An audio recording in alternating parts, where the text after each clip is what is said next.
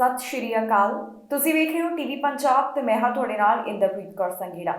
ਖਬਰਾਂ ਦੇ ਇਸ ਬੁਲੇਟਿਨ ਵਿੱਚ ਤੁਹਾਡਾ ਸਵਾਗਤ ਹੈ। ਸਭ ਤੋਂ ਪਹਿਲਾਂ ਨਜ਼ਰ ਮਾਰਦੇ ਹਾਂ ਹੈਡਲਾਈਨਸ ਤੇ। ਯਾਤਰੀਆਂ ਨੂੰ ਕੈਨੇਡਾ ਸਰਕਾਰ ਵੱਲੋਂ ਰਾਹਤ, ਹੁਣ ਕਰੋਨਾ ਟੈਸਟ ਕੀਤਾ ਜਾਵੇਗਾ ਖਤਮ। ਟਰੂਡੋ ਨੇ ਸੁਣਾਇਆ ਦਿਲ ਤੋੜਨ ਵਾਲਾ ਫੈਸਲਾ, ਯੂਕਰੇਨ ਦੀ ਮੰਗ ਨੂੰ ਕੀਤੀ ਟਰੂਡੋ ਨੇ ਨਾ। ਮਹਿੰਗਾਈ ਨੇ ਤੋੜੇ 30 ਸਾਲਾਂ ਦੇ ਰਿਕਾਰਡ, 5.7% ਤੇ ਪਹੁੰਚੀ ਮਹਿੰਗਾਈ ਦਰ। ਕੈਨੇਡਾ ਸਰਕਾਰ ਦਾ ਵੱਡਾ ਐਲਾਨ, ਮਿਨੀਮਮ ਵੇਜ ਵਿੱਚ ਵਾਧਾ। ਜਗਮੀਤ ਸਿੰਘ ਦਾ ਪੁਤਿਨ ਨੂੰ ਜਵਾਬ, ਰੂਸ ਨੇ ਜਗਮੀਤ ਸਿੰਘ ਨੂੰ ਕੀਤਾ ਬੈਨ। ਕੈਨੇਡਾ ਸਰਕਾਰ ਵੱਲੋਂ ਯਾਤਰੀਆਂ ਨੂੰ ਜਲਦ ਹੀ ਵੱਡੀ ਰਾਹਤ ਦਿੱਤੀ ਜਾਏਗੀ। ਹੁਣ ਕੈਨੇਡਾ ਆਉਣ ਵਾਲੇ ਯਾਤਰੀਆਂ ਨੂੰ ਕਰੋਨਾ ਟੈਸਟ ਕਰਾਉਣ ਦੀ ਜ਼ਰੂਰਤ ਨਹੀਂ ਪਏਗੀ। ਇਹ ਰਾਹਤ ਯਾਤਰੀਆਂ ਨੂੰ 1 ਅਪ੍ਰੈਲ ਤੋਂ ਦਿੱਤੀ ਜਾ ਸਕਦੀ ਹੈ। ਫਿਲਹਾਲ ਇਹ ਜਾਣਕਾਰੀ ਸੂਤਰਾਂ ਦੇ ਹਵਾਲੇ ਤੋਂ ਸਾਹਮਣੇ ਆ ਰਹੀ ਹੈ, ਪਰ ਜਲਦ ਹੀ ਸਰਕਾਰ ਵੱਲੋਂ ਇਸ ਦਾ ਐਲਾਨ ਕੀਤਾ ਜਾ ਸਕਦਾ ਹੈ। ਪਹਿਲਾਂ ਜਿਹੜੇ ਯਾਤਰੀ ਕੈਨੇਡਾ ਆਉਂਦੇ ਸਨ, ਉਹਨਾਂ ਨੂੰ ਕਰੋਨਾ ਟੈਸਟ ਕਰਵਾ ਕੇ ਹੀ ਕੈਨੇਡਾ ਆਉਣਾ ਪੈਂਦਾ ਸੀ, ਜਿੱਥੇ ਪਹੁੰਚਣ ਤੇ ਉਹਨਾਂ ਨੂੰ ਕਰੋਨਾ ਨੈਗੇਟਿਵ ਰਿਪੋਰਟ ਦਿਖਾਉਣੀ ਜ਼ਰੂਰੀ ਸੀ। ਪਰ ਹੁਣ ਯਾਤਰੀਆਂ ਵਾਸਤੇ ਇਹ ਟੈਸਟਿੰਗ ਦੀ ਰਿਕੁਆਇਰਮੈਂਟ ਵੀ ਕੈਨੇਡਾ ਸਰਕਾਰ ਵੱਲੋਂ ਖਤਮ ਕੀਤੀ ਜਾ ਰਹੀ ਹੈ। ਕੈਨੇਡਾ ਆਉਣ ਵਾਲੇ ਯਾਤਰੀਆਂ ਲਈ ਵੱਡੀ ਖਬਰ ਸਾਹਮਣੇ ਆ ਰਹੀ ਹੈ। ਕੈਨੇਡਾ ਵਿੱਚ ਦਾਖਲ ਹੋਣ ਸਮੇਂ ਯਾਤਰੀਆਂ ਨੂੰ ਹੁਣ ਕਰੋਨਾ ਨੈਗੇਟਿਵ ਰਿਪੋਰਟ ਦਿਖਾਉਣ ਦੀ ਜ਼ਰੂਰਤ ਨਹੀਂ ਹੋਏਗੀ, ਜਿਸ ਦਾ ਮਤਲਬ ਹੈ ਕਿ ਹੁਣ ਯਾਤਰੀਆਂ ਨੂੰ ਕਰੋਨਾ ਟੈਸਟ ਤੋਂ ਰਾਹਤ ਦਿੱਤੀ ਜਾ ਰਹੀ ਹੈ। ਤਾਜ਼ਾ ਜਾਣਕਾਰੀ ਦੇ ਮੁਤਾਬਕ ਜਿਹੜੇ ਯਾਤਰੀ ਕੈਨੇਡਾ ਆਉਣਗੇ, ਹੁਣ ਉਹਨਾਂ ਵਾਸਤੇ ਪ੍ਰੀ ਅਰਾਈਵਲ ਟੈਸਟ ਜ਼ਰੂਰੀ ਨਹੀਂ ਹੋਵੇਗਾ। ਇਹ ਰਾਹਤ ਉਹਨਾਂ ਨੂੰ ਦਿੱਤੀ ਜਾ ਰਹੀ ਹੈ ਜਿਨ੍ਹਾਂ ਨੇ ਕੋਵਿਡ-19 ਵੈਕਸੀਨ ਦੇ ਦੋਨੋਂ ਸ਼ਾਟਸ ਹਾਸਲ ਕੀਤੇ। ਸੀਨੀਅਰ ਗਵਰਨਮੈਂਟ ਸੋਰਸਿਸ ਦੇ ਹਵਾਲੇ ਤੋਂ ਜੋ ਜਾਣਕਾਰੀ ਸਾਹਮਣੇ ਆਈ ਹੈ, ਉਸ ਮੁਤਾਬਕ 에ਅਰਪੋਰਟ ਦੇ ਉੱਪਰ ਯਾਤਰੀਆਂ ਦੀ ਰੈਂਡਮ ਟੈਸਟਿੰਗ ਕੀਤੀ ਜਾ ਸਕਦੀ ਹੈ ਤੇ ਉਹਨਾਂ ਨੂੰ ਅਜੇ ਵੀ ਅਰਾਈਵ ਕੈਨ ਐਪ ਦੀ ਵਰਤੋਂ ਕਰਨੀ ਹੋਏਗੀ। ਪਰ ਜਿਹੜੇ ਫੁੱਲੀ ਵੈਕਸੀਨੇਟਿਡ ਯਾਤਰੀ 1 ਅਪ੍ਰੈਲ ਤੋਂ ਕੈਨੇਡਾ ਵਿੱਚ ਦਾਖਲ ਹੋਣਗੇ, ਹੁਣ ਉਹਨਾਂ ਨੂੰ ਕਰੋਨਾ ਨੈਗੇਟਿਵ ਰਿਪੋਰਟ ਦਿਖਾਉਣੀ ਜ਼ਰੂਰੀ ਨਹੀਂ ਹੋਵੇਗੀ। ਇਸ ਤੋਂ ਇਲਾਵਾ ਇਹ ਵੀ ਜਾਣਕਾਰੀ ਸਾਹਮਣੇ ਆ ਰਹੀ ਹੈ ਕਿ ਹੁਣ ਜੋ ਪੈਂਡੈਮਿਕ ਟਰੈਵਲ ਰਿਸਟ੍ਰਿਕਸ਼ਨਸ ਵਿੱਚ ਰਾਹਤ ਦੇਣ ਦੀ ਜਾਣਕਾਰੀ ਹੈ, ਉਹ ਸਿਹਤ ਮੰਤਰੀ ਅਤੇ ਟਰਾਂਸਪੋਰਟ ਮੰਤਰੀ ਵੱਲੋਂ ਸਾਂਝੀ ਕੀਤੀ ਜਾਵੇਗੀ। ਪਰ ਹੁਣ ਤੱਕ ਜੋ ਇਨਫੋਰਮੇਸ਼ਨ ਸਾਹਮਣੇ ਆਈ ਹੈ, ਉਸ ਮੁਤਾਬਕ ਕੈਨੇਡਾ ਆਉਣ ਵਾਲੇ ਯਾਤਰੀਆਂ ਨੂੰ 1 ਅਪ੍ਰੈਲ ਤੋਂ ਵੱਡੀ ਰਾਹਤ ਦਿੱਤੀ ਜਾ ਰਹੀ ਹੈ, ਜਿੱਥੇ ਯਾਤਰੀਆਂ ਦਾ ਜ਼ਰੂਰੀ ਹੈ ਕਿ ਉਹ ਫੁੱਲੀ ਵੈਕਸੀਨੇਟਿਡ ਹੋਣ ਅਤੇ ਉਹਨਾਂ ਨੂੰ ਕਰੋਨਾ ਟੈਸਟ ਕਰਵਾਉਣ ਦੀ ਜ਼ਰੂਰਤ ਨਹੀਂ ਹੋਵੇਗੀ, ਜਿਸ ਦਾ ਮਤਲਬ ਹੈ ਕਿ ਪ੍ਰੀ ਅਰਾਈਵਲ ਟੈਸਟ ਰਿਕੁਆਇਰਮੈਂਟ ਹੁਣ ਕੈਨੇਡਾ ਵੱਲੋਂ ਹਟਾਈ ਜਾ ਰਹੀ ਹੈ। ਜ਼ਿਕਰਯੋਗ ਹੈ ਕਿ ਇਸ ਤੋਂ ਪਹਿਲਾਂ ਬ੍ਰਿਟੇਨ ਵੱਲੋਂ ਵੀ ਇਸ ਤਰ੍ਹਾਂ ਦਾ ਐਲਾਨ ਕੀਤਾ ਜਾ ਚੁੱਕਿਆ ਹੈ। ਬ੍ਰਿਟੇਨ ਸਰਕਾਰ ਵੱਲੋਂ ਹਾਲ ਹੀ ਵਿੱਚ ਇਹ ਜਾਣਕਾਰੀ ਸਾਂਝੀ ਕੀਤੀ ਗਈ ਕਿ ਜਿਹੜੀਆਂ ਯਾਤਰਾ ਸੰਬੰਧੀ ਬਾਕੀ ਰਹਿੰਦੀਆਂ ਪਾਬੰਦੀਆਂ ਨੇ, ਉਹਨਾਂ ਨੂੰ ਵੀ ਹੁਣ ਖਤਮ ਕੀਤਾ ਜਾ ਰਿਹਾ ਹੈ। ਇਸ ਤੋਂ ਇਲਾਵਾ ਹੋਰ ਵੀ ਕਈ ਦੇਸ਼ ਨੇ ਜਿਨ੍ਹਾਂ ਵੱਲੋਂ ਲਗਾਤਾਰ ਯਾਤਰਾ ਸੰਬੰਧੀ ਪਾਬੰਦੀਆਂ ਵਿੱਚ ਰਾਹਤ ਦਿੱਤੀ ਜਾ ਰਹੀ ਹੈ। ਦੱਸ ਦਈਏ ਕਿ ਕੈਨੇਡਾ ਵੱਲੋਂ ਪਹਿਲਾਂ ਹੀ ਕਰੋਨਾ ਪਾਬੰਦੀਆਂ ਦੇ ਵਿੱਚ ਕਾਫੀ ਹੱਦ ਤੱਕ ਰਾਹਤ ਦਿੱਤੀ ਗਈ। ਪਹਿਲਾਂ ਯਾਤਰੀਆਂ ਦੇ ਵਾਸਤੇ ਕਾਫੀ ਸਖਤੀਆਂ ਕੈਨੇਡਾ ਸਰਕਾਰ ਵੱਲੋਂ ਕੀਤੀਆਂ ਗਈਆਂ ਸਨ, ਪਰ ਹੌਲੀ-ਹੌਲੀ ਮੌਜੂਦਾ ਹਾਲਾਤਾਂ ਨੂੰ ਧਿਆਨ ਵਿੱਚ ਰੱਖਦਿਆਂ ਤੇ ਵੈਕਸੀਨੇਸ਼ਨ ਰੇਟ ਨੂੰ ਦੇਖਦਿਆਂ ਸਰਕਾਰ ਵੱਲੋਂ ਸਮੇਂ-ਸਮੇਂ ਦੇ ਉੱਪਰ ਰਾਹਤ ਦਿੱਤੀ ਜਾਂਦੀ ਰਹੀ ਹੈ। ਹਾਲ ਹੀ ਵਿੱਚ ਇਹ ਮੰਗ ਕੀਤੀ ਜਾ ਰਹੀ ਹੈ ਕਿ ਕੈਨੇਡਾ ਸਰਕਾਰ ਪ੍ਰੀ ਅਰਾਈਵਲ ਟੈਸਟ ਰਿਕੁਆਇਰਮੈਂਟ ਨੂੰ ਵੀ ਖਤਮ ਕਰ ਦੇਵੇ ਤੇ ਹੁਣ ਇਹੀ ਜਾਣਕਾਰੀ ਸਾਹਮਣੇ ਆ ਰਹੀ ਹੈ ਕਿ ਯਾਤਰੀਆਂ ਨੂੰ ਵੱਡੀ ਰਾਹਤ ਦਿੱਤੀ ਜਾ ਰਹੀ ਹੈ। ਪ੍ਰਧਾਨ ਮੰਤਰੀ ਜਸਟਿਨ ਟਰੂਡੋ ਵੱਲੋਂ ਕਿਹਾ ਗਿਆ ਕਿ ਜਿਹੜਾ ਦਿਲ ਤੋੜਨ ਵਾਲਾ ਫੈਸਲਾ ਹੈ, ਉਹਨਾਂ ਨੂੰ ਸੁਣਾਉਣਾ ਹੀ ਪਏਗਾ। ਇੱਕ ਦਿਲ ਤੋੜਨ ਵਾਲਾ ਫੈਸਲਾ ਪ੍ਰਧਾਨ ਮੰਤਰੀ ਜਸਟਿਨ ਟਰੂਡੋ ਵੱਲੋਂ ਸੁਣਾਇਆ ਗਿਆ। ਦਰਅਸਲ ਯੂਕਰੇਨ ਦੇ ਰਾਸ਼ਟਰਪਤੀ ਲਗਾਤਾਰ ਇਸ ਗੱਲ ਦੀ ਮੰਗ ਕਰ ਰਹੇ ਸਨ ਕਿ ਉਹਨਾਂ ਦੇ ਖੇਤਰ ਨੂੰ ਨੋ ਫਲਾਈ ਜ਼ੋਨ ਏਰੀਆ ਐਲਾਨ ਕੀਤਾ ਜਾਵੇ, ਪਰ ਨਾਟੋ ਦੇਸ਼ ਜਿਸ ਵਿੱਚ ਕੈਨੇਡਾ ਵੀ ਸ਼ਾਮਿਲ ਹੈ, ਉਹਨਾਂ ਵੱਲੋਂ ਫੈਸਲਾ ਕੀਤਾ ਗਿਆ ਕਿ ਉਹ ਅਜਿਹਾ ਕਦਮ ਨਹੀਂ ਚੁੱਕਣਗੇ।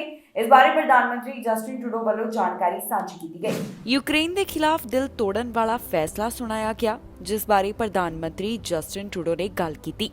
ਪ੍ਰਧਾਨ ਮੰਤਰੀ ਜਸਟਿਨ ਟਰੂਡੋ ਨੇ ਕਿਹਾ ਕਿ ਯੂਕਰੇਨ ਦੇ ਲਈ ਉਹਨਾਂ ਨੂੰ ਦਿਲ ਤੋੜਨ ਵਾਲਾ ਫੈਸਲਾ ਸੁਣਾਉਣਾ ਹੀ ਪਵੇਗਾ। ਦਰਅਸਲ ਯੂਕਰੇਨ ਵੱਲੋਂ ਲਗਾਤਾਰ ਮੰਗ ਕੀਤੀ ਜਾ ਰਹੀ ਹੈ ਕਿ ਯੂਕਰੇਨ ਨੂੰ ਨੋ ਫਲਾਈ ਜ਼ੋਨ ਏਰੀਆ ਐਲਾਨ ਕੀਤਾ ਜਾਵੇ। ਇਹ ਮੰਗ ਪਹਿਲਾਂ ਉਹਨਾਂ ਨੇ ਕੈਨੇਡਾ ਦੀ ਪਾਰਲੀਮੈਂਟ ਤੇ ਫਿਰ ਅੱਜ ਅਮਰੀਕਾ ਦੀ ਪਾਰਲੀਮੈਂਟ ਦੇ ਵਿੱਚ ਵੀ ਰੱਖੀ, ਪਰ ਨਾਟੋ ਦੇਸ਼ਾਂ ਵੱਲੋਂ ਅਤੇ ਕੈਨੇਡਾ ਵੱਲੋਂ ਇਹ ਫੈਸਲਾ ਲਿਆ ਗਿਆ ਕਿ ਯੂਕਰੇਨ ਨੂੰ ਨੋ ਫਲਾਈ ਜ਼ੋਨ ਏਰੀਆ ਨਹੀਂ ਐਲਾਨ ਕੀਤਾ ਜਾਏਗਾ, ਜਿਸ ਤੋਂ ਬਾਅਦ ਪ੍ਰਧਾਨ ਮੰਤਰੀ ਜਸਟਿਨ ਟਰੂਡੋ ਦਾ ਕਹਿਣਾ ਹੈ ਕਿ ਇਹ ਹਾਰਟ ਬ੍ਰੇਕਿੰਗ ਡਿਸੀਜਨ ਉਹਨਾਂ ਦੇ ਵਾਸਤੇ ਲੈਣਾ ਜ਼ਰੂਰੀ ਸੀ। ਦੱਸ ਦਈਏ ਕਿ ਨਾਰਥ ਐਟਲਾਂਟਿਕ ਟ੍ਰੀਟੀ ਆਰਗੇਨਾਈਜੇਸ਼ਨਸ, ਜਿਸ ਵਿੱਚ ਕੈਨੇਡਾ ਵੀ ਸ਼ਾਮਿਲ ਹੈ, ਉਹਨਾਂ ਵੱਲੋਂ ਨੋ ਫਲਾਈ ਜ਼ੋਨ ਵਾਲੀ ਮੰਗ ਨੂੰ ਨਾ ਕਰ ਦਿੱਤੀ ਗਈ ਹੈ। ਇਸ ਦੇ ਨਾਲ ਹੀ ਪ੍ਰਧਾਨ ਮੰਤਰੀ ਜਸਟਿਨ ਟਰੂਡੋ ਨੇ ਕਿਹਾ ਕਿ ਲਗਾਤਾਰ ਉਹ ਯੂਕਰੇਨ ਦੀ ਮਦਦ ਕਰਦੇ ਰਹਿਣਗੇ ਤੇ ਕੈਨੇਡਾ ਯੂਕਰੇਨ ਨੂੰ ਹਥਿਆਰ ਅਤੇ ਹੋਰ ਜ਼ਰੂਰਤ ਦੀਆਂ ਚੀਜ਼ਾਂ ਭੇਜਦਾ ਰਹੇਗਾ। ਇਸ ਬਾਰੇ ਉਹਨਾਂ ਵੱਲੋਂ ਗੱਲ ਕੀਤੀ ਗਈ। ਇਸ ਤੋਂ ਇਲਾਵਾ ਇੱਕ ਹੋਰ ਵੱਡੀ ਜਾਣਕਾਰੀ ਅੱਜ ਸਾਹਮਣੇ ਆਈ ਜੋ ਕਿ ਯੂਕਰੇਨ ਨਾਲ ਜੁੜੀ ਹੋਈ ਹੈ। ਅਮਰੀਕਾ ਦੇ ਰਾਸ਼ਟਰਪਤੀ ਜੋ ਬਾਈਡਨ ਵੱਲੋਂ ਅੱਜ ਐਲਾਨ ਕਰਦਿਆਂ ਕਿਹਾ ਗਿਆ ਕਿ ਉਨ੍ਹਾਂ ਵੱਲੋਂ ਯੂਕਰੇਨ ਨੂੰ ਹੋਰ ਐਂਟੀ-ਕਰਾਫਟ, ਐਂਟੀ-ਆਰਮਰ ਵੈਪਨਸ, ਡਰੋਨਸ ਭੇਜੇ ਜਾਣਗੇ। ਇਨ੍ਹਾਂ ਦੀ ਵਰਤੋਂ ਰਸ਼ੀਆ ਦੇ ਖਿਲਾਫ ਯੂਕਰੇਨ ਵੱਲੋਂ ਕੀਤੀ ਜਾਵੇਗੀ, ਜਿਸ ਬਾਰੇ ਅੱਜ ਅਮਰੀਕਾ ਦੇ ਰਾਸ਼ਟਰਪਤੀ ਵੱਲੋਂ ਜਾਣਕਾਰੀ ਸਾਂਝੀ ਕੀਤੀ ਗਈ। ਇਸ ਤੋਂ ਇਲਾਵਾ ਕੈਨੇਡਾ ਵੱਲੋਂ ਵੀ ਲਗਾਤਾਰ ਜ਼ਰੂਰਤ ਦੀਆਂ ਚੀਜ਼ਾਂ ਯੂਕਰੇਨ ਨੂੰ ਭੇਜੀਆਂ ਜਾ ਰਹੀਆਂ ਨੇ ਤੇ ਨਾਲ ਹੀ ਜਿਹੜੇ ਯੂਕਰੇਨ ਤੋਂ ਆਉਣ ਵਾਲੇ ਰਿਫਿਊਜੀ ਨੇ ਉਹਨਾਂ ਵਾਸਤੇ ਵੀ ਕੈਨੇਡਾ ਵੱਲੋਂ ਰਾਹ ਖੋਲ੍ਹ ਦਿੱਤੇ ਗਏ ਨੇ। ਸੂਬਿਆਂ ਵੱਲੋਂ ਵੀ ਆਪਣੇ ਤੌਰ ਦੇ ਉੱਪਰ ਜਾਣਕਾਰੀ ਸਾਂਝੀ ਕੀਤੀ ਜਾ ਰਹੀ ਹੈ ਕਿ ਉਹ ਵੀ ਯੂਕਰੇਨ ਰਿਫਿਊਜੀਆਂ ਦਾ ਸਵਾਗਤ ਕਰਨ ਵਾਸਤੇ ਤਿਆਰ ਨੇ। ਹਾਲ ਹੀ 'ਚ ਓਨਟਾਰੀਓ ਵੱਲੋਂ ਵੀ ਇਸ ਬਾਬਤ ਇੱਕ ਵੱਡੀ ਜਾਣਕਾਰੀ ਸਾਂਝੀ ਕੀਤੀ ਗਈ। ਓਨਟਾਰੀਓ ਨੇ ਕਿਹਾ ਕਿ ਜਿਹੜੇ ਯੂਕਰੇਨੀ ਰਿਫਿਊਜੀ ਇਸ ਸੂਬੇ ਵਿੱਚ ਆਉਣਗੇ ਉਹਨਾਂ ਨੂੰ ਨੌਕਰੀਆਂ ਉਪਲਬਧ ਕਰਵਾਈਆਂ ਜਾਣਗੀਆਂ।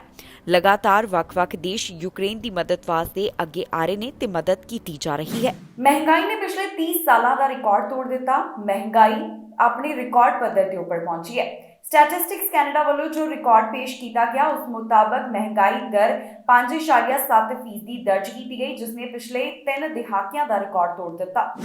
ਕੈਨੇਡਾ ਵਿੱਚ ਲਗਾਤਾਰ ਮਹਿੰਗਾਈ ਵਧਦੀ ਜਾ ਰਹੀ ਹੈ। ਇਸ ਨੇ ਪਿਛਲੇ 30 ਸਾਲਾਂ ਦਾ ਰਿਕਾਰਡ ਤੋੜ ਦਿੱਤਾ।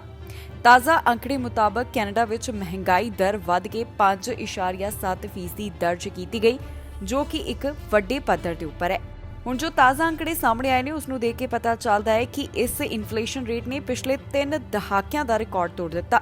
ਇਹ ਸਾਰੀ ਜਾਣਕਾਰੀ ਸਟੈਟਿਸਟਿਕਸ ਕੈਨੇਡਾ ਵੱਲੋਂ ਸਾਂਝੀ ਕੀਤੀ ਗਈ, ਜਿੱਥੇ ਉਹਨਾਂ ਦੱਸਿਆ ਕਿ ਇਸ ਸਮੇਂ ਕੈਨੇਡਾ ਵਿੱਚ ਇਨਫਲੇਸ਼ਨ ਰੇਟ 5.7% ਦਰਜ ਕੀਤੀ ਗਈ ਹੈ।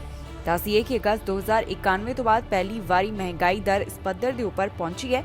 ਇਸ ਤੋਂ ਪਹਿਲਾਂ ਜਨਵਰੀ ਮਹੀਨੇ ਦੌਰਾਨ ਮਹਿੰਗਾਈ 5.1% ਦਰਜ ਕੀਤੀ ਗਈ ਸੀ। ਐਕਸਪਰਟਸ ਨੇ ਫਰਵਰੀ ਵਿੱਚ ਮਹਿੰਗਾਈ ਦਰ ਦੇ 5.5% ਹੋਣ ਦਾ ਅੰਦਾਜ਼ਾ ਲਗਾਇਆ ਸੀ, ਜਿਸ ਤੋਂ ਹੁਣ ਵੱਧ ਕੇ ਅੰਕੜੇ ਸਾਹਮਣੇ ਆਏ ਨੇ। ਇਸ ਦੇ ਪਿੱਛੇ ਗੈਸ ਦੀਆਂ ਵਧ ਰਹੀਆਂ ਕੀਮਤਾਂ ਨੂੰ ਇੱਕ ਵੱਡਾ ਕਾਰਨ ਮੰਨਿਆ ਜਾ ਰਿਹਾ ਹੈ, ਕਿਉਂਕਿ ਦੇਸ਼ ਭਰ ਵਿੱਚ ਇਸ ਸਮੇਂ ਗੈਸ ਦੀਆਂ ਕੀਮਤਾਂ ਲਗਾਤਾਰ ਆਸਮਾਨ ਛੂ ਰਹੀਆਂ ਨੇ। ਫਰਵਰੀ 2021 ਦੇ ਮੁਕਾਬਲੇ ਗੈਸ ਦੀਆਂ ਕੀਮਤਾਂ ਵਿੱਚ 32.3% ਵਾਧਾ ਦਰਜ ਕੀਤਾ ਗਿਆ। ਪਿਛਲੇ ਇੱਕ ਮਹੀਨੇ ਵਿੱਚ ਗੈਸ ਦੀਆਂ ਕੀਮਤਾਂ 6.9% ਦੇ ਵਾਧੇ ਨਾਲ ਰਿਕਾਰਡ ਕੀਤੀਆਂ ਗਈਆਂ ਨੇ। ਇਸ ਸਮੇਂ ਜੋ ਜੰਗ ਚੱਲ ਰਹੀ ਹੈ ਉਸ ਦੇ ਕਾਰਨ ਗੈਸ ਦੀਆਂ ਕੀਮਤਾਂ ਪ੍ਰਭਾਵਿਤ ਹੋ ਰਹੀਆਂ ਨੇ। ਕਈ ਦੇਸ਼ਾਂ ਵਿੱਚ ਲਗਾਤਾਰ ਗੈਸ ਦੀਆਂ ਕੀਮਤਾਂ ਰਿਕਾਰਡ ਪੱਧਰ ਦੇ ਉੱਪਰ ਪਹੁੰਚ ਰਹੀਆਂ ਨੇ। ਇਸ ਤੋਂ ਇਲਾਵਾ ਗਰੋਸਰੀ ਆਈਟਮਸ ਵੀ ਲਗਾਤਾਰ ਵਧਦੀਆਂ ਦਿਖਾਈ ਦੇ ਰਹੀਆਂ ਨੇ, ਜਿਸ ਵਿੱਚ 7.4% ਦਾ ਵਾਧਾ ਦਰਜ ਕੀਤਾ ਗਿਆ, ਜੋ ਕਿ ਮਈ 2019 ਤੋਂ ਸਭ ਤੋਂ ਵੱਡਾ ਵਾਧਾ ਹੈ। ਫੈਡਰਲ ਸਰਕਾਰ ਵੱਲੋਂ ਵਰਕਰਸ ਵਾਸਤੇ ਇੱਕ ਵੱਡਾ ਐਲਾਨ ਕੀਤਾ ਗਿਆ। ਹੁਣ ਫੈਡਰਲ ਸਰਕਾਰ ਵੱਲੋਂ ਮਿਨੀਮਮ ਵੇਜ ਵਿੱਚ ਵਾਧਾ ਕੀਤਾ ਜਾ ਰਿਹਾ ਹੈ। ਇਸ ਬਾਰੇ ਅੱਜ ਜਾਣਕਾਰੀ ਸਾਹਮਣੇ ਆਈ, ਜਿਸ ਮੁਤਾਬਕ ਹੁਣ ਵਰਕਰਾਂ ਨੂੰ ਰਾਹਤ ਫੈਡਰਲ ਸਰਕਾਰ ਵੱਲੋਂ ਦਿੱਤੀ ਜਾ ਰਹੀ ਹੈ। ਇਸ ਮਿਨੀਮਮ ਵੇਜ ਵਿੱਚ ਕਿੰਨਾ ਵਾਧਾ ਕੀਤਾ ਗਿਆ ਹੈ ਦੱਸਾਂਗੇ ਤੁਹਾਨੂੰ ਇਸ ਖਬਰ ਵਿੱਚ। ਮਿਨੀਮਮ ਵੇਜ ਸੰਬੰਧੀ ਇੱਕ ਵੱਡੀ ਖੁਸ਼ਖਬਰੀ ਸਾਹਮਣੇ ਆਈ ਹੈ, ਜਿੱਥੇ 1 ਅਪ੍ਰੈਲ ਤੋਂ ਮਿਨੀਮਮ ਵੇਜ ਵਿੱਚ ਵਾਧਾ ਹੋਣ ਜਾ ਰਿਹਾ ਹੈ। ਦੱਸ ਦਈਏ ਕਿ ਅਪ੍ਰੈਲ ਮਹੀਨੇ ਤੋਂ ਫੈਡਰਲ ਮਿਨੀਮਮ ਵੇਜ $15.55 ਪ੍ਰਤੀ ਘੰਟੇ ਦੇ ਹਿਸਾਬ ਨਾਲ ਹੋਣ ਜਾ ਰਹੀ ਹੈ। ਇਸ ਦਾ ਐਲਾਨ employment and social development Canada ਵੱਲੋਂ ਕੀਤਾ ਗਿਆ, ਜਿੱਥੇ ਉਹਨਾਂ ਦਾ ਕਹਿਣਾ ਹੈ ਕਿ ਮਿਨੀਮਮ ਵੇਜ ਵਿੱਚ ਉਹਨਾਂ ਵੱਲੋਂ 1 ਅਪ੍ਰੈਲ 2022 ਤੋਂ ਵਾਧਾ ਕੀਤਾ ਜਾ ਰਿਹਾ ਹੈ। ਇਸ ਤੋਂ ਪਹਿਲਾਂ ਫੈਡਰਲ ਮਿਨੀਮਮ ਵੇਜ $15 ਪ੍ਰਤੀ ਘੰਟੇ ਦੇ ਹਿਸਾਬ ਨਾਲ ਮਿਲਦੀ ਸੀ, ਜੋ ਕਿ ਹੁਣ ਵੱਧ ਕੇ $15.55 ਪ੍ਰਤੀ ਘੰਟੇ ਦੇ ਹਿਸਾਬ ਨਾਲ ਹੋਣ ਜਾ ਰਹੀ ਹੈ। ਇਹ ਉਹਨਾਂ ਦੇ ਉੱਪਰ ਲਾਗੂ ਹੋਵੇਗੀ ਜਿਹੜੇ ਫੈਡਰਲੀ ਰੈਗੂਲੇਟਡ ਇੰਡਸਟਰੀਜ਼ ਨੇ, ਜਿਸ ਵਿੱਚ bank, postal services, inter provincial transportation, federal crown corporations ਸ਼ਾਮਿਲ ਹਨ। ESDC ਦਾ ਕਹਿਣਾ ਹੈ ਕਿ ਮਿਨੀਮਮ ਵੇਜ ਵਿੱਚ 55 ਸੈਂਟ ਦਾ ਵਾਧਾ ਕੀਤਾ ਜਾ ਰਿਹਾ ਹੈ। ਇਸ ਤੋਂ ਪਹਿਲਾਂ ਬ੍ਰਿਟਿਸ਼ ਕੋਲੰਬੀਆ ਤੋਂ ਵੀ ਖਬਰ ਸਾਹਮਣੇ ਆਈ ਸੀ, ਜਿੱਥੇ ਉਹਨਾਂ ਵੱਲੋਂ ਮਿਨੀਮਮ ਵੇਜ ਵਿੱਚ ਵਾਧਾ ਕੀਤਾ ਗਿਆ। ਜਾਣਕਾਰੀ ਲਈ ਦੱਸ ਦਈਏ ਕਿ ਨੁਨਾਵਤ ਵਿੱਚ ਇਸ ਸਮੇਂ ਮਿਨੀਮਮ ਵੇਜ $16 ਪ੍ਰਤੀ ਘੰਟੇ ਦੇ ਹਿਸਾਬ ਨਾਲ ਮਿਲਦੀ ਹੈ ਤੇ ਯੂਕੌਨ ਵਿੱਚ 1 ਅਪ੍ਰੈਲ ਤੋਂ $15.70 ਪ੍ਰਤੀ ਘੰਟੇ ਦੇ ਹਿਸਾਬ ਨਾਲ ਮਿਨੀਮਮ ਵੇਜ ਮਿਲੇਗੀ। ਓਨਟਾਰੀਓ ਵੱਲੋਂ ਐਲਾਨ ਕੀਤਾ ਗਿਆ ਸੀ ਕਿ 1 ਜਨਵਰੀ ਤੋਂ ਇੱਥੇ ਮਿਨੀਮਮ ਵੇਜ $15 ਪ੍ਰਤੀ ਘੰਟਾ ਹੋਣ ਜਾ ਰਹੀ ਹੈ ਤੇ ਕਿਊਬਿਕ ਵਿੱਚ 1 ਮਈ ਤੋਂ ਮਿਨੀਮਮ ਵੇਜ $14.25 ਪ੍ਰਤੀ ਘੰਟੇ ਦੇ ਹਿਸਾਬ ਨਾਲ ਮਿਲ ਰਹੀ ਹੈ। ਰਸ਼ੀਆ ਸਰਕਾਰ ਵੱਲੋਂ ਐਨਡੀਪੀ ਲੀਡਰ ਜਗਮੀਤ ਸਿੰਘ ਦੇ ਉੱਪਰ ਰੋਕ ਲਗਾਈ ਗਈ ਤਾਂ ਫਿਰ ਇਸ ਦਾ ਜਵਾਬ ਐਨਡੀਪੀ ਲੀਡਰ ਜਗਮੀਤ ਸਿੰਘ ਵੱਲੋਂ ਦਿੱਤਾ ਗਿਆ। ਉਹਨਾਂ ਨੇ ਪੁਤਿਨ ਨੂੰ ਇੱਕ ਸਲਾਹ ਦਿੱਤੀ ਹੈ। ਐਨਡੀਪੀ ਲੀਡਰ ਜਗਮੀਤ ਸਿੰਘ ਦਾ ਰਸ਼ੀਆ ਦੇ ਰਾਸ਼ਟਰਪਤੀ ਨੂੰ ਕਹਿਣਾ ਹੈ ਕਿ ਉਹ ਜੰਗ ਨੂੰ ਖਤਮ ਕਰ ਦੇਣ ਤੇ ਯੂਕਰੇਨ ਛੱਡ ਦੇਣ। ਰਸ਼ੀਆ ਨੇ ਐਨਡੀਪੀ ਲੀਡਰ ਜਗਮੀਤ ਸਿੰਘ ਨੂੰ ਬੈਨ ਕੀਤਾ ਤਾਂ ਫਿਰ ਇਸ ਦਾ ਜਵਾਬ ਐਨਡੀਪੀ ਲੀਡਰ ਵੱਲੋਂ ਦਿੱਤਾ ਗਿਆ। ਜਗਮੀਤ ਸਿੰਘ ਵੱਲੋਂ ਸੋਸ਼ਲ ਮੀਡੀਆ ਦੇ ਰਾਹੀਂ ਰੂਸ ਨੂੰ ਇੱਕ ਵੱਡਾ ਸੁਨੇਹਾ ਦਿੱਤਾ ਗਿਆ। ਪੋਸਟ ਰਾਹੀਂ ਜਗਮੀਤ ਸਿੰਘ ਲਿਖਦੇ ਨੇ ਕਿ ਮੈਨੂੰ ਪਤਾ ਚੱਲਿਆ ਕਿ ਰਸ਼ੀਆ ਵੱਲੋਂ ਮੈਨੂੰ ਦਾਖਲੇ ਸੰਬੰਧੀ ਬੈਨ ਕਰ ਦਿੱਤਾ ਗਿਆ ਤੇ ਮੈਂ ਪੁਤਿਨ ਨੂੰ ਇੱਕੋ ਹੀ ਸੁਨੇਹਾ ਦੇਣਾ ਚਾਹੁੰਦਾ ਹਾਂ ਕਿ ਜੰਗ ਛੱਡ ਦਿਓ ਤੇ ਯੂਕਰੇਨ ਛੱਡ ਦਿਓ। ਜ਼ਿਕਰਯੋਗ ਹੈ ਕਿ ਰੂਸ ਵੱਲੋਂ ਕੱਲ ਕੈਨੇਡਾ ਖਿਲਾਫ ਵੱਡਾ ਐਕਸ਼ਨ ਲਿਆ ਗਿਆ। ਪ੍ਰਧਾਨ ਮੰਤਰੀ ਜਸਟਿਨ ਟਰੂਡੋ ਸਮੇਤ 313 ਕੈਨੇਡੀਅਨਸ ਦੇ ਉੱਪਰ ਦਾਖਲੇ ਸੰਬੰਧੀ ਰੋਕ ਲਗਾ ਦਿੱਤੀ ਗਈ। ਰਸ਼ੀਆ ਦੇ ਵਿਦੇਸ਼ ਮੰਤਰਾਲੇ ਨੇ ਕੈਨੇਡਾ ਦੇ ਪ੍ਰਧਾਨ ਮੰਤਰੀ ਜਸਟਿਨ ਟਰੂਡੋ, ਵਿਦੇਸ਼ ਮੰਤਰੀ, ਰੱਖਿਆ ਮੰਤਰੀ ਅਤੇ ਜਗਮੀਤ ਸਿੰਘ ਨੂੰ ਬਲੈਕ ਲਿਸਟ ਵਿੱਚ ਸ਼ਾਮਲ ਕਰ ਦਿੱਤਾ, ਜਿਸ ਦਾ ਮਤਲਬ ਹੈ ਕਿ ਇਹਨਾਂ ਸਭ ਨੂੰ ਰਸ਼ੀਆ ਵਿੱਚ ਦਾਖਲੇ ਦੀ ਇਜਾਜ਼ਤ ਨਹੀਂ ਹੋਵੇਗੀ। ਇਸ ਤੋਂ ਇਲਾਵਾ ਕੰਜ਼ਰਵੇਟਿਵ ਪਾਰਟੀ ਦੀ ਇੰਟਰਿਮ ਲੀਡਰ, ਗ੍ਰੀਨ ਪਾਰਟੀ ਦੀ ਪਾਰਲੀਮਾਨੀ ਲੀਡਰ ਅਤੇ ਹੋਰ ਵੀ ਕਈ ਤਮਾਮ ਲੋਕਾਂ ਦੇ ਉੱਪਰ ਦਾਖਲੇ ਸੰਬੰਧੀ ਰੋਕ ਰਸ਼ੀਆ ਵੱਲੋਂ ਲਗਾ ਦਿੱਤੀ ਗਈ। ਇਸ ਤੋਂ ਪਹਿਲਾਂ ਕੈਨੇਡਾ ਵੱਲੋਂ ਵੀ ਰਸ਼ੀਆ ਖਿਲਾਫ ਕਈ ਵਾਰ ਐਕਸ਼ਨ ਲਿਆ ਗਿਆ। ਪ੍ਰਧਾਨ ਮੰਤਰੀ ਜਸਟਿਨ ਟਰੂਡੋ ਵੱਲੋਂ ਕਈ ਵਾਰ ਰਸ਼ੀਆ ਖਿਲਾਫ ਪਾਬੰਦੀਆਂ ਦਾ ਐਲਾਨ ਕੀਤਾ ਗਿਆ। ਜੋ ਰੂਸ ਵੱਲੋਂ ਐਕਸ਼ਨ ਲਿਆ ਗਿਆ, ਇਹ ਉਸ ਸਮੇਂ ਸਾਹਮਣੇ ਆਇਆ ਜਦੋਂ ਯੂਕਰੇਨ ਦੇ ਰਾਸ਼ਟਰਪਤੀ ਨੇ ਹਾਊਸ ਆਫ ਕਾਮਨਸ ਨੂੰ ਸੰਬੋਧਿਤ ਕੀਤਾ ਅਤੇ ਇੱਥੇ ਉਹਨਾਂ ਵੱਲੋਂ ਆਪਣਾ ਪੱਖ ਰੱਖਿਆ ਗਿਆ। ਪਾਰਲੀਮੈਂਟ ਵਿੱਚ ਬੋਲਦਿਆਂ ਯੂਕਰੇਨ ਦੇ ਰਾਸ਼ਟਰਪਤੀ ਵੱਲੋਂ ਟਰੂਡੋ ਅਤੇ ਕੈਨੇਡਾ ਸਰਕਾਰ ਵੱਲੋਂ ਜੋ ਮਦਦ ਕੀਤੀ ਗਈ ਉਸ ਦਾ ਸ਼ੁਕਰੀਆ ਅਦਾ ਕੀਤਾ ਤੇ ਨਾਲ ਹੀ ਉਹਨਾਂ ਵੱਲੋਂ ਆਪਣੀ ਮੰਗ ਨੂੰ ਵੀ ਦੁਹਰਾਇਆ ਗਿਆ, ਜਿਸ ਵਿੱਚ ਉਹਨਾਂ ਦਾ ਕਹਿਣਾ ਹੈ ਕਿ ਯੂਕਰੇਨ ਨੂੰ ਨੋ ਫਲਾਈ ਜ਼ੋਨ ਏਰੀਆ ਐਲਾਨ ਕੀਤਾ ਜਾਵੇ। ਇਸ ਤੋਂ ਪਹਿਲਾਂ ਵੀ ਯੂਕਰੇਨ ਦੇ ਰਾਸ਼ਟਰਪਤੀ ਇਹ ਮੰਗ ਕਰ ਚੁੱਕੇ ਨੇ, ਪਰ ਨਾਟੋ ਵੱਲੋਂ ਅਜਿਹਾ ਕਰਨ ਤੋਂ ਮਨਾ ਕਰ ਦਿੱਤਾ ਗਿਆ ਸੀ। ਦੱਸ ਦਈਏ ਕਿ ਰੂਸ ਵੱਲੋਂ ਜੋ ਪ੍ਰਧਾਨ ਮੰਤਰੀ ਜਸਟਿਨ ਟਰੂਡੋ ਖਿਲਾਫ ਐਕਸ਼ਨ ਲਿਆ ਗਿਆ, ਉਸ ਤੋਂ ਬਾਅਦ ਟਰੂਡੋ ਦੇ ਬੁਲਾਰੇ ਵੱਲੋਂ ਇਸ ਮਾਮਲੇ ਤੇ ਟਿੱਪਣੀ ਦਿੱਤੀ ਗਈ। ਉਹਨਾਂ ਨੇ ਕਿਹਾ ਕਿ ਰਸ਼ੀਆ ਵੱਲੋਂ ਜੋ ਉਹਨਾਂ ਨੂੰ ਬਲੈਕ ਲਿਸਟ ਵਿੱਚ ਸ਼ਾਮਲ ਕੀਤਾ ਗਿਆ, ਇਸ ਨਾਲ ਪ੍ਰਧਾਨ ਮੰਤਰੀ ਪਰੇਸ਼ਾਨ ਨਹੀਂ ਹਨ। ਤੇ ਹੁਣ ਐਨਡੀਪੀ ਲੀਡਰ ਜਗਮੀਤ ਸਿੰਘ ਵੱਲੋਂ ਵੀ ਇਸ ਦਾ ਜਵਾਬ ਦਿੱਤਾ ਗਿਆ, ਜਿਸ ਵਿੱਚ ਉਹਨਾਂ ਨੇ ਕਿਹਾ ਕਿ ਪੁਤਿਨ ਇਸ ਜੰਗ ਨੂੰ ਖਤਮ ਕਰ ਦੇਣ ਤੇ ਯੂਕਰੇਨ ਨੂੰ ਛੱਡ ਦੇਣ। ਬਾਰਡਰ ਬਲਾਕ ਦੇ ਮਾਮਲੇ ਦੇ ਵਿੱਚ 13 ਜਾਣਿਆਂ ਉੱਪਰ ਕਾਰਵਾਈ ਕੀਤੀ ਗਈ। ਇਹਨਾਂ 13 ਜਾਣਿਆਂ ਦੀ ਪਹਿਚਾਣ ਵੀ ਜਨਤਕ ਕੀਤੀ ਗਈ ਤੇ ਇਹਨਾਂ ਉੱਪਰ ਕਿਹੜੇ ਚਾਰजेस ਲਗਾਏ ਗਏ, ਇਹ ਵੀ ਪੁਲਿਸ ਵੱਲੋਂ ਦੱਸਿਆ ਗਿਆ ਹੈ। ਬਾਰਡਰ ਬਲਾਕ ਕਰਨ ਦੇ ਮਾਮਲੇ ਵਿੱਚ 13 ਜਾਣਿਆਂ ਨੂੰ ਚਾਰਜ ਕੀਤਾ ਗਿਆ ਤੇ ਜਲਦ ਹੀ ਇਹਨਾਂ ਦੀ ਕੋਰਟ ਵਿੱਚ ਪੇਸ਼ੀ ਹੋਵੇਗੀ। ਜਾਣਕਾਰੀ ਮੁਤਾਬਕ ਬਾਰਡਰ ਬਲੌਕੇਜ ਦੇ ਮਾਮਲੇ ਵਿੱਚ ਜਿਹੜੇ 13 ਜਾਣੇ ਸ਼ਾਮਿਲ ਪਾਏ ਗਏ ਨੇ, ਉਹਨਾਂ ਨੂੰ 28 ਮਾਰਚ ਦੌਰਾਨ ਕੋਰਟ ਦੇ ਅੱਗੇ ਪੇਸ਼ ਕੀਤਾ ਜਾਵੇਗਾ। ਦੱਸ ਦਈਏ ਕਿ ਇਹਨਾਂ ਦੇ ਉੱਪਰ ਪੋਜੈਸ਼ਨ ਆਫ ਵੈਪਨ ਅਤੇ ਮਿਸਚੀਫ ਟੂ ਪ੍ਰਾਪਰਟੀ ਓਵਰ $5,000 ਵਰਗੇ ਚਾਰਜ ਲਗਾਏ ਗਏ ਨੇ। ਇਹਨਾਂ 13 ਜਾਣਿਆਂ ਦੇ ਨਾਮ ਵੀ ਪੁਲਿਸ ਵੱਲੋਂ ਜਨਤਕ ਕੀਤੇ ਗਏ ਤੇ ਦੱਸਿਆ ਗਿਆ ਹੈ ਕਿ ਇਹਨਾਂ ਦੇ ਉੱਪਰ ਕਿਹੜੇ-ਕਿਹੜੇ ਚਾਰਜ ਲਗਾਏ ਗਏ। ਦੱਸ ਦਈਏ ਕਿ 14 ਫਰਵਰੀ ਦੌਰਾਨ RCMP ਵੱਲੋਂ ਇਹਨਾਂ ਕੋਲੋਂ 13 guns, head guns, body Armour ਅਤੇ ਹੋਰ ਵੀ ਕਈ ਚੀਜ਼ਾਂ ਬਰਾਮਦ ਕੀਤੀਆਂ ਗਈਆਂ। ਜਾਣਕਾਰੀ ਲਈ ਦੱਸ ਦਈਏ ਕਿ ਇਸ ਮਾਮਲੇ ਨਾਲ ਸੰਬੰਧਿਤ ਉਰਸੁਲਾ ਦੇ ਉੱਪਰ mischief to property over $5,000, possession of a weapon, Luke ਦੇ ਉੱਪਰ mischief to property over $5,000, possession of a weapon, Chris ਦੇ ਉੱਪਰ conspiracy to murder, possession of weapon, mischief to property over $5,000, Ivan ਦੇ ਉੱਪਰ mischief to property over $5,000, possession of weapon, Johnson ਦੇ ਉੱਪਰ possession of a weapon, mischief to property over $5,000, Christopher ਦੇ ਉੱਪਰ conspiracy to murder, possession of a weapon, mischief to property over $5,000, uttering threat, Jacqueline ਦੇ ਉੱਪਰ possession of weapon, mischief to property over $5,000, Justin ਉੱਪਰ possession of a weapon, mischief to property over $5,000, Jerry ਉੱਪਰ conspiracy to murder, possession of weapon, mischief to property over $5,000, Stewart ਦੇ ਉੱਪਰ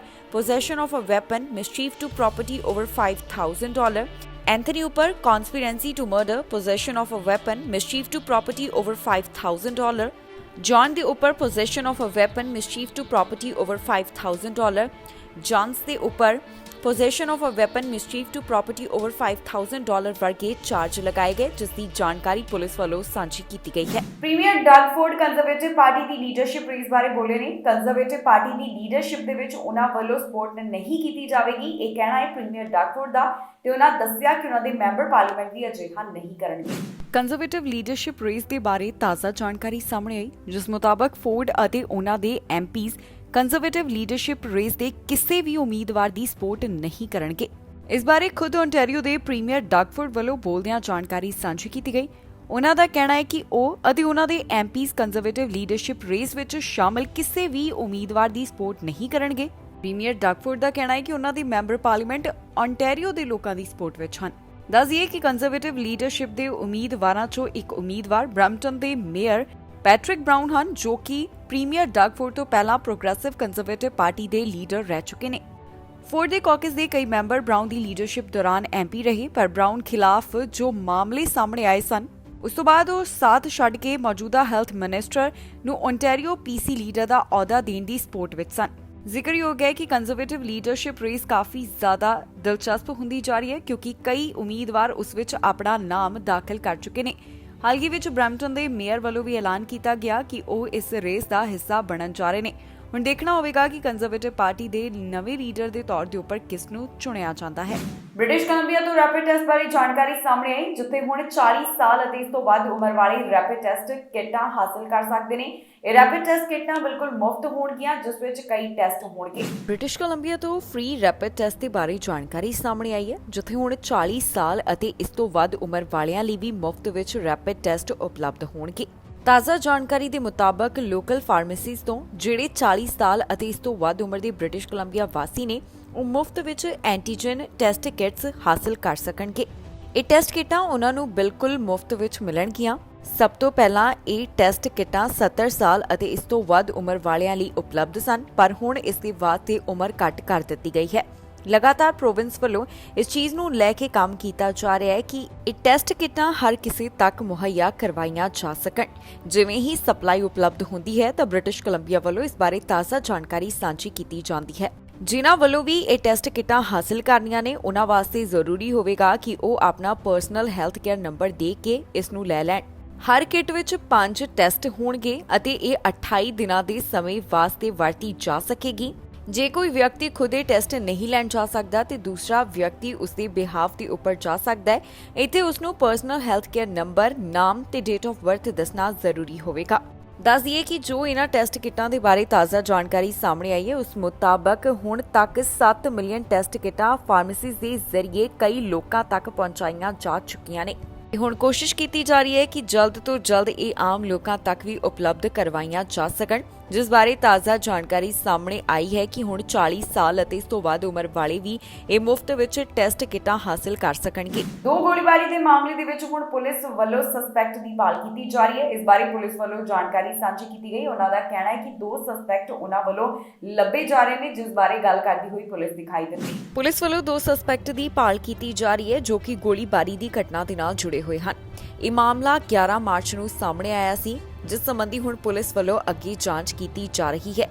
ਇਸ ਬਾਰੇ update ਸਾਂਝੀ ਕੀਤੀ ਗਈ ਹੈ ਕਿ ਇੰਟੀਗ੍ਰੇਟਿਡ ਹੋਮਿਸਾਈਡ ਇਨਵੈਸਟੀਗੇਸ਼ਨ ਟੀਮ ਵੱਲੋਂ ਇੱਕ ਫੁਟੇਜ ਜਾਰੀ ਕੀਤੀ ਗਈ, ਜਿਸ ਵਿੱਚ ਸਸਪੈਕਟ ਨਜ਼ਰ ਆ ਰਿਹਾ ਹੈ। ਇਹ ਫੁਟੇਜ ਨਾਰਥ ਵੈਨਕੂਵਰ ਨਾਲ ਸੰਬੰਧਿਤ ਦੱਸੀ ਗਈ। ਹੁਣ ਪੁਲਿਸ ਦਾ ਕਹਿਣਾ ਹੈ ਕਿ ਜੇਕਰ ਕਿਸੇ ਨੂੰ ਵੀ ਇਸ ਬਾਰੇ ਕੋਈ ਜਾਣਕਾਰੀ ਹੋਵੇ ਜਾਂ ਕਿਸੇ ਕੋਲ ਕੋਈ ਸੀਸੀਟੀਵੀ ਫੁਟੇਜ ਹੋਵੇ ਤਾਂ ਪੁਲਿਸ ਨਾਲ ਜ਼ਰੂਰ ਸੰਪਰਕ ਕਰਨ।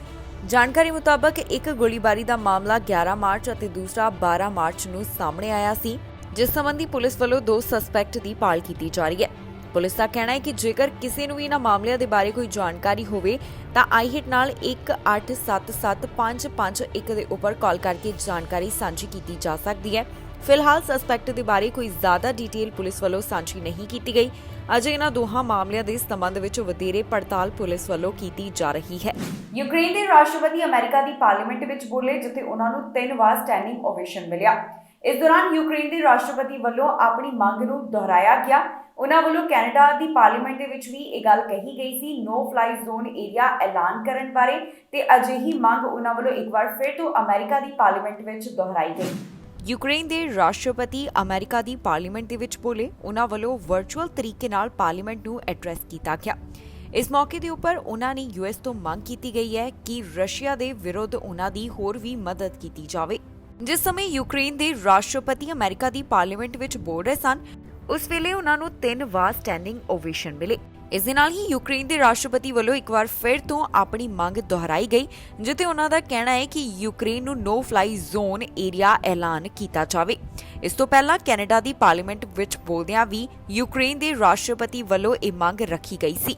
ਇਸ ਮੌਕੇ ਹੋਰ ਉਹਨਾਂ ਵੱਲੋਂ ਕੀ ਕਿਹਾ ਗਿਆ, ਆਓ ਤੁਹਾਨੂੰ ਸੁਣਾਉਂਦੇ ਹਾਂ ਉਹਨਾਂ ਦੀ ਜ਼ੁਬਾਨੀ।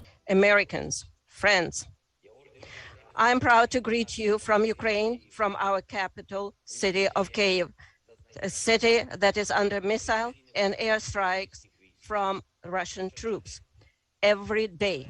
But it doesn't give up. And we have not even thought about it for a second. Just like many other cities and communities in our beautiful country, which found themselves in the worst war since World War II. I have the honor to greet you on behalf of the Ukrainian people brave, and freedom-loving people who for 8 years have been resisting the Russian aggression. Those who give their best sons and daughters to stop this full-scale Russian invasion. Right now, the destiny of our country is being decided. The destiny of our people, whether Ukrainians will be free, whether they will be able to preserve their democracy. Russia has attacked not just us, not just our land, not just our cities. It went on a brutal offensive against our values, basic human values. It threw tanks and planes against our freedom, against our right to live freely in our own country. ਮਾਮਲਾ Texas ਤੋਂ ਸਾਹਮਣੇ ਹੈ ਜਿੱਥੇ ਇੱਕ ਭਿਆਨਕ ਸੜਕ ਹਾਦਸਾ ਵਾਪਰਿਆ। ਇਸ ਹਾਦਸੇ ਵਿੱਚ 9 ਜਾਣਿਆਂ ਦੀ ਮੌਤ ਹੋ ਗਈ ਅਤੇ ਕਈ ਜਾਣੇ ਜ਼ਖਮੀ ਦੱਸੇ ਜਾ ਰਹੇ ਨੇ। ਇਸ ਵਿੱਚ 6 ਵਿਦਿਆਰਥੀ ਵੀ ਸ਼ਾਮਿਲ ਸਨ, ਜਿਸ ਬਾਰੇ ਅਥਾਰਟੀਜ਼ ਵੱਲੋਂ ਦੱਸਿਆ ਗਿਆ। ਮਾਮਲਾ ਅਮਰੀਕਾ ਦੇ ਟੈਕਸਸ ਤੋਂ ਸਾਹਮਣੇ ਆਇਆ ਜਿੱਥੇ ਭਿਆਨਕ ਸੜਕ ਹਾਦਸਾ ਵਾਪਰਿਆ। ਇਸ ਸੜਕ ਹਾਦਸੇ ਵਿੱਚ 9 ਜਾਣਿਆਂ ਦੀ ਮੌਤ ਹੋ ਗਈ। ਜਿਹੜੇ 9 ਜਾਣੇ ਇਸ ਹਾਦਸੇ ਦਾ ਸ਼ਿਕਾਰ ਹੋਏ ਨੇ ਉਹਨਾਂ ਵਿੱਚ 6 ਵਿਦਿਆਰਥੀ ਅਤੇ ਇੱਕ ਕੋਚ ਸ਼ਾਮਿਲ ਹੈ ਜੋ ਕਿ ਨਿਊ ਮੈਕਸੀਕੋ ਯੂਨੀਵਰਸਿਟੀ ਨਾਲ ਸੰਬੰਧਿਤ ਦੱਸੇ ਗਏ। ਇਸ ਮਾਮਲੇ ਬਾਰੇ ਜਾਣਕਾਰੀ ਸਾਂਝੀ ਕਰਦਿਆਂ ਅਥਾਰਟੀਜ਼ ਨੇ ਦੱਸਿਆ ਕਿ ਇਹ ਸਾਰੇ ਜਾਣੇ ਗੋਲਫ ਟੂਰਨਾਮੈਂਟ ਤੋਂ ਆਪਣੇ ਘਰ ਵਾਪਸ ਪਰਤ ਰਹੇ ਸਨ ਜਿਸ ਸਮੇਂ ਇਹ ਭਿਆਨਕ ਹਾਦਸਾ ਵਾਪਰਿਆ। ਇਸ ਦੌਰਾਨ ਇੱਕ ਵੈਨ ਅਤੇ ਪਿਕਅਪ ਟਰੱਕ ਆਪਸ ਵਿੱਚ ਟਕਰਾ ਗਏ। ਵੈਨ ਵਿੱਚ ਖਿਡਾਰੀ ਅਤੇ ਉਹਨਾਂ ਦੇ ਕੋਚ ਸ਼ਾਮਿਲ ਸਨ ਜਿਸ ਦੀ ਜਾਣਕਾਰੀ Texas department of public safety ਵੱਲੋਂ ਦਿੱਤੀ ਗਈ। ਇਸ ਹਾਦਸੇ ਵਿੱਚ 6 ਵਿਦਿਆਰਥੀ ਅਤੇ ਫੈਕਲਟੀ ਮੈਂਬਰ ਦੀ ਮੌਤ ਦੀ ਖਬਰ ਸਾਹਮਣੇ ਆਈ ਹੈ। 2 ਵਿਦਿਆਰਥੀਆਂ ਨੂੰ ਗੰਭੀਰ ਹਾਲਤ ਵਿੱਚ ਹੈਲੀਕਾਪਟਰ ਦੇ ਰਾਹੀਂ ਹਸਪਤਾਲ ਵਿੱਚ ਭਰਤੀ ਕਰਵਾਇਆ ਗਿਆ। ਇਹ ਮਾਮਲਾ ਸਾਹਮਣੇ ਆਉਣ ਤੋਂ ਬਾਅਦ ਯੂਨੀਵਰਸਿਟੀ ਵੱਲੋਂ ਵੀ ਟਵਿੱਟਰ ਦੇ ਰਾਹੀਂ ਪਰਿਵਾਰਕ ਮੈਂਬਰਾਂ ਨਾਲ ਹਮਦਰਦੀ ਦਾ ਪ੍ਰਗਟਾਵਾ ਕੀਤਾ ਗਿਆ ਤੇ ਦੂਜੇ ਪਾਸੇ ਟੈਕਸਸ ਸਰਕਾਰ ਦੇ ਨੁਮਾਇੰਦੇ ਵੀ ਲਗਾਤਾਰ ਇਸ ਬਾਰੇ ਗੱਲ ਕਰਦੇ ਹੋਏ ਦਿਖਾਈ ਦੇ ਰਹੇ ਨੇ। ਫਿਲਹਾਲ ਅਜੇ ਇਸ ਮਾਮਲੇ ਦੀ ਵਧੇਰੇ ਜਾਂਚ ਚੱਲ ਰਹੀ ਹੈ। ਇਸ ਖਬਰ ਵਿੱਚ ਜਾਣਕਾਰੀ ਤੁਹਾਡੇ ਨਾਲ ਸਾਂਝੀ ਕਰਾਂਗੇ ਕਿ ਕੈਨੇਡਾ ਦੇ ਕਿਹੜੇ ਹਿੱਸੇ ਤੋਂ ਕਿੰਨੇ ਕਰੋਨਾ ਵਾਇਰਸ ਦੇ ਮਾਮਲੇ ਸਾਹਮਣੇ ਆਏ। ਕੈਨੇਡਾ ਦੇ ਵੱਖ-ਵੱਖ ਹਿੱਸਿਆਂ ਵਿੱਚ ਕਰੋਨਾ ਵਾਇਰਸ ਦੇ ਕੀ ਹਾਲਾਤ ਬਣੇ ਹੋਏ ਨੇ, ਤੁਹਾਨੂੰ ਜਾਣੂ ਕਰਵਾਵਾਂਗੇ ਇਸ ਖਬਰ ਰਾਹੀਂ। ਓਨਟਾਰੀਓ ਦੇ ਹਸਪਤਾਲ ਵਿੱਚ ਇਸ ਸਮੇਂ 649 ਮਰੀਜ਼ਾਂ ਦੀ ਗਿਣਤੀ ਦੱਸੀ ਗਈ ਜਿਨ੍ਹਾਂ ਦਾ ਕਰੋਨਾ ਵਾਇਰਸ ਕਾਰਨ ਇਲਾਜ ਚੱਲ ਰਿਹਾ ਹੈ ਤੇ ਇੰਟੈਂਸਿਵ ਕੇਅਰ ਅਧੀਨ 204 ਦੇ ਕਰੀਬ ਮਰੀਜ਼ ਹਨ। ਸੂਬੇ ਵਿੱਚ 24 ਘੰਟਿਆਂ ਦੌਰਾਨ 2011 ਕਰੋਨਾ ਵਾਇਰਸ ਦੇ ਮਾਮਲੇ ਦਰਜ ਕੀਤੇ ਗਏ। ਹੁਣ ਤੱਕ ਕੁੱਲ 11,29,543 ਕਰੋਨਾ ਦੇ ਮਾਮਲੇ ਪ੍ਰੋਵਿੰਸ ਵਿੱਚ ਸਾਹਮਣੇ ਆ ਚੁੱਕੇ ਨੇ। ਬੀਤੇ 24 ਘੰਟਿਆਂ ਦੌਰਾਨ 16 ਲੋਕਾਂ ਦੀ ਇਸ ਵਾਇਰਸ ਕਾਰਨ ਮੌਤ ਹੋ ਗਈ ਤੇ ਮੌਤਾਂ ਦਾ ਅੰਕੜਾ 12,288 ਦੇ ਉੱਪਰ ਪਹੁੰਚ ਗਿਆ। ਇਸ ਤੋਂ ਇਲਾਵਾ ਇੱਥੇ ਰਿਕਵਰਡ ਕੇਸਿਸ ਦੀ ਗਿਣਤੀ 11,01,842 ਦੇ ਕਰੀਬ ਹੈ। ਵੈਕਸੀਨੇਸ਼ਨ ਦੀ ਜੋ ਜਾਣਕਾਰੀ ਸਾਹਮਣੇ ਆਈ ਉਸ ਮੁਤਾਬਕ 12 ਸਾਲ ਅਤੇ ਇਸ ਤੋਂ ਵੱਧ ਉਮਰ ਵਾਲਿਆਂ 'ਚ 90.8% ਦੀ ਆਬਾਦੀ ਵੱਲੋਂ ਕੋਵਿਡ-19 ਵੈਕਸੀਨ ਦੀਆਂ 2 ਡੋਜ਼, 92.7% ਦੀ ਆਬਾਦੀ ਵੱਲੋਂ ਕੋਵਿਡ-19 ਵੈਕਸੀਨ ਦੀ 1 ਡੋਜ਼, 54.9% ਦੀ ਆਬਾਦੀ ਵੱਲੋਂ ਕੋਵਿਡ-19 ਵੈਕਸੀਨ ਦੇ 3 ਟੀਕੇ ਲਗਵਾਏ ਗਏ ਨੇ। ਇਸ ਤੋਂ ਇਲਾਵਾ 5 ਸਾਲ ਤੋਂ 11 ਸਾਲ ਵਾਲਿਆਂ 'ਚ 55.2% ਦੀ ਵੱਲੋਂ ਕੋਵਿਡ-19 ਵੈਕਸੀਨ ਦੀ 1 ਡੋਜ਼ ਤੇ 31% ਦੀ ਵੱਲੋਂ ਕੋਵਿਡ-19 ਵੈਕਸੀਨ ਦੇ 2 ਟੀਕੇ ਲਗਵਾਏ ਗਏ। ਸੂਬੇ ਵਿੱਚ ਟੈਸਟ ਪੋਜ਼ਿਟਿਵਿਟੀ ਰੇਟ 12% ਦਰਜ ਕੀਤਾ ਗਿਆ। ਕਿਬਿਕ ਦੇ ਹਸਪਤਾਲ ਵਿੱਚ 1073 ਮਰੀਜ਼ਾਂ ਦੀ ਗਿਣਤੀ ਹੈ ਜਿਨ੍ਹਾਂ ਦਾ ਕਰੋਨਾ ਵਾਇਰਸ ਕਾਰਨ ਇਲਾਜ ਚੱਲ ਰਿਹਾ ਹੈ। ਇੱਥੇ ਇੰਟੈਂਸਿਵ ਕੇਅਰ ਅਧੀਨ 56 ਦੇ ਕਰੀਬ ਮਰੀਜ਼ ਦਾਖਲ ਹਨ। 24 ਘੰਟੇ ਦੌਰਾਨ ਸੂਬੇ ਵਿੱਚ 1380 ਕਰੋਨਾ ਵਾਇਰਸ ਦੇ ਮਾਮਲੇ ਸਾਹਮਣੇ ਆਏ ਤੇ ਇਨ੍ਹਾਂ 24 ਘੰਟਿਆਂ ਦੌਰਾਨ 11 ਮੌਤਾਂ ਵਾਇਰਸ ਕਾਰਨ ਦਰਜ ਕੀਤੀਆਂ ਗਈਆਂ। ਸੂਬੇ ਵਿੱਚ ਹੁਣ ਤੱਕ ਕੁੱਲ 9,29,650 ਕੁੱਲ ਕਰੋਨਾ ਦੇ ਮਾਮਲੇ ਸਾਹਮਣੇ ਆ ਚੁੱਕੇ ਨੇ। 14,213 ਮੌਤਾਂ ਇਸ ਵਾਇਰਸ ਕਾਰਨ ਹੁਣ ਤੱਕ ਦਰਜ ਕੀਤੀਆਂ ਜਾ ਚੁੱਕੀਆਂ ਨੇ। ਵੈਕਸੀਨ ਦੀ ਜਾਣਕਾਰੀ ਮੁਤਾਬਕ ਜਿਨ੍ਹਾਂ ਦੀ ਉਮਰ 5 ਸਾਲ ਅਤੇ ਇਸ ਤੋਂ ਵੱਧ ਹੈ ਉਹਨਾਂ ਵਿੱਚ 91% ਦੀ ਆਬਾਦੀ ਵੱਲੋਂ ਕੋਵਿਡ-19 ਵੈਕਸੀਨ ਦੀ 1 ਡੋਜ਼, 87% ਦੀ ਆਬਾਦੀ ਵੱਲੋਂ ਕੋਵਿਡ-19 ਵੈਕਸੀਨ ਦੀਆਂ 2 ਡੋਜ਼ ਤੇ 52% ਦੀ ਆਬਾਦੀ ਵੱਲੋਂ ਕੋਵਿਡ-19 ਵੈਕਸੀਨ ਦੀਆਂ 3 ਡੋਜ਼ ਹਾਸਲ ਕੀਤੀਆਂ ਗਈਆਂ ਨੇ। ਇਸ ਦੇ ਨਾਲ ਹੀ ਜਾਂਦੇ ਇੱਕ ਵਾਰ ਫਿਰ ਤੋਂ ਨਜ਼ਰ ਮਾਰਦੇ ਹਾਂ ਹੈਡਲਾਈਨਸ ਤੇ। ਯਾਤਰੀਆਂ ਨੂੰ ਕੈਨੇਡਾ ਸਰਕਾਰ ਵੱਲੋਂ ਰਾਹਤ, ਹੁਣ ਕਰੋਨਾ ਟੈਸਟ ਕੀਤਾ ਜਾਵੇਗਾ ਖਤਮ। ਟਰੂਡੋ ਨੇ ਸੁਣਾਇਆ ਦਿਲ ਤੋੜਨ ਵਾਲਾ ਫੈਸਲਾ, ਯੂਕਰੇਨ ਦੀ ਮੰਗ ਨੂੰ ਕੀਤੀ ਟਰੂਡੋ ਨੇ ਨਾ। ਮਹਿੰਗਾਈ ਨੇ ਤੋੜੇ 30 ਸਾਲਾਂ ਦੇ ਰਿਕਾਰਡ, 5.7% ਤੇ ਪਹੁੰਚੀ ਮਹਿੰਗਾਈ ਦਰ। ਕੈਨੇਡਾ ਸਰਕਾਰ ਦਾ ਵੱਡਾ ਐਲਾਨ, ਮਿਨੀਮਮ ਵੇਜ ਵਿੱਚ ਵਾਧਾ। ਜਗਮੀਤ ਸਿੰਘ ਦਾ ਪੁੱਤਰ ਨੂੰ ਜਵਾਬ, ਰੂਸ ਨੇ ਜਗਮੀਤ ਸਿੰਘ ਨੂੰ ਕੀਤਾ ਬੈਨ। ਖਬਰਾਂ ਦੇ ਇਸ ਬੁਲੇਟਿਨ ਵਿੱਚ ਇੰਨਾ ਹੀ। ਫਿਲਹਾਲ ਮੈਨੂੰ ਇੰਦਰਪ੍ਰੀਤ ਕੌਰ ਸੰਗੇੜਾ ਨੂੰ ਦਿਓ ਇਜਾਜ਼ਤ ਤੇ ਤੁਸੀਂ ਵੇਖਦੇ ਰਹੋ ਟੀਵੀ ਪੰਜਾਬ।